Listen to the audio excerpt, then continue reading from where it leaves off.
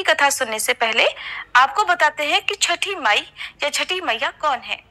मान्यता है कि छठी देवी सूर्य देव की बहन है और उन्हीं को प्रसन्न करने के लिए जीवन के महत्वपूर्ण अवयवों में सूर्य और जल की महत्ता को मानते हुए छठी माई को साक्षी मानकर भगवान सूर्य की आराधना और उनका धन्यवाद करते हुए माँ गंगा, यमुना या फिर किसी भी पवित्र नदी या तालाब के किनारे ये पूजा की जाती है। षष्ठी माई यानी कि छठ माता बच्चों की रक्षा करने वाली देवी है। इस व्रत को करने से संतान को लंबी आयु का आशीर्वाद मिलता है। मार्कंडेय पुराण में भी इस बात का उल्लेख मिलता है कि सृष्टि की अधिष्ठात्री प्रकृति देवी ने अपने आप को 6 भागों में विभाजित किया है। इनके छठे अंश को सर्वश्रेष्ठ मातृ देवी के रूप में माना जाता है, जो कि ब्रह्मा जी की मानस पुत्री हैं। वही बच्चों की रक्षा करने वाली देवी हैं। कार्तिक मास के शुक्ल पक्ष की षष्ठी तिथि को इन्हीं षष्ठी देवी की पूजा की जाती है और षष्ठी देवी की पूजा करने से बच्चे को स्वास्थ्य, सफलता और दीर्घायु होने का आशीर्वाद मिलता है। पुराणों में षष्ठी देवी का नाम कात्यायनी बताया गया है, जिनकी नवरात्रि की षष्ठी तिथि को पूजा की जाती है। छठ पर्व का तीसरा दिन सबसे खास होता है, क्योंकि इस दिन महिलाएं 36 घंटों का निर्जला व्रत शुरू करती हैं। शाम के समय संध्या अर्घ, जिसमें डूबते सूर्य को अर्घ दिया जाता है, तो वहीं अगले दिन उगते सूर्य की पूजा की जाती है, जिसे उषा अर्घ कहते हैं। छठ पर्व मुख्य रूप से झारखंड, पूर्वी उत्तर प्रदेश और बिहार में मनाया जाता है। इस पर्व को डाला छठ, सूर्य षष्ठी और छठ पूजा आदि नामों से भी जाना जाता है। इस त्योहार में मुख्य रूप से भगवान भास्कर यानी सूर्य देवता और छठी माता की पूजा की जाती है। छठ व्रत पूर्ण करने से पहले छठ की कथा का पढ़ना या सुनना अत्यंत आवश्यक माना जाता है। तो आइए सुनते हैं छठ व्रत की पौराणिक कथा। कथा के अनुसार एक बार प्रियव्रत नाम के एक राजा थे। उनकी पत्नी का नाम था मालिनी।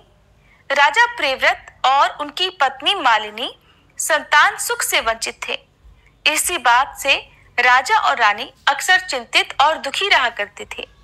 एक बार उन्होंने संतान प्राप्ति के लिए महर्षि कश्यप से पुत्रेष्टि यज्ञ करवाया। महर्षि ने यज्ञ संपन्न करने के बाद मालिनी को खीर खाने को दी। खीर का सेवन करने के बाद मालिनी दैव योग से गर्भवती हो गई और ठीक 9 महीने बाद उसे एक पुत्र की प्राप्ति हुई। लेकिन दुर्भाग्यवश उसका पुत्र मृत पैदा हुआ। ये देखकर राजा और रानी बहुत दुखी हो गए और घोर निराशा के कारण दुखी राजा ने आत्महत्या करने का मन बना लिया। परंतु जैसे ही राजा आत्महत्या करने लगे, तभी उनके सामने भगवान ब्रह्मा जी की मानस पुत्री देवसेना प्रकट हुई और उन्होंने कहा कि राजन, मैं षष्ठी देवी हूँ और मैं लोगों को पुत्र सुख प्रदान करती हूँ। जो भी व्यक्ति सच्चे मन से मेरी पूजा करता है, मैं उसकी सभी मनोकामनाएं पूर्ण करती हूँ। राजन, यदि तुम मेरी विधि विधान से पूजा करोगे तो मैं तुम्हें पुत्र रत्न प्राप्ति का वरदान दूंगी।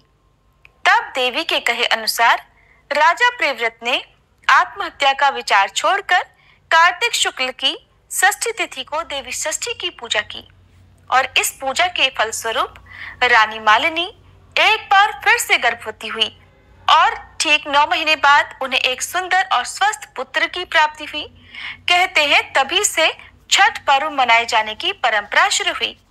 इस पर्व से जुड़ी एक और कथा है, जिसके अनुसार महाभारत काल में जब पांडव जुए में अपना सारा राजपाट हार गए थे, तब द्रौपदी ने भी छठ का व्रत रखा था। द्रौपदी के व्रत से प्रसन्न होकर षष्ठी देवी ने पांडवों को उनका खोया राजपाट वापस दिला दिया था। एक और पौराणिक कथा के अनुसार महाभारत काल में ही सूर्य पुत्र कर्ण ने सबसे पहले सूर्य देव की पूजा की थी। कहा जाता है कि कर्ण सूर्य देव को अर्घ देते समय घंटों पानी में खड़े रहा करते थे और फिर सूर्य देव को अर्घ दिया करते थे। सूर्य देव की कृपा से ही कर्ण एक महान योद्धा बना। आज भी छठ पर्व में अर्घ दान की यही परंपरा चली आ रही है। इसलिए छठ पर्व में उगते सूर्य को और डूबते सूर्य को अर्घ देना अत्यंत आवश्यक है।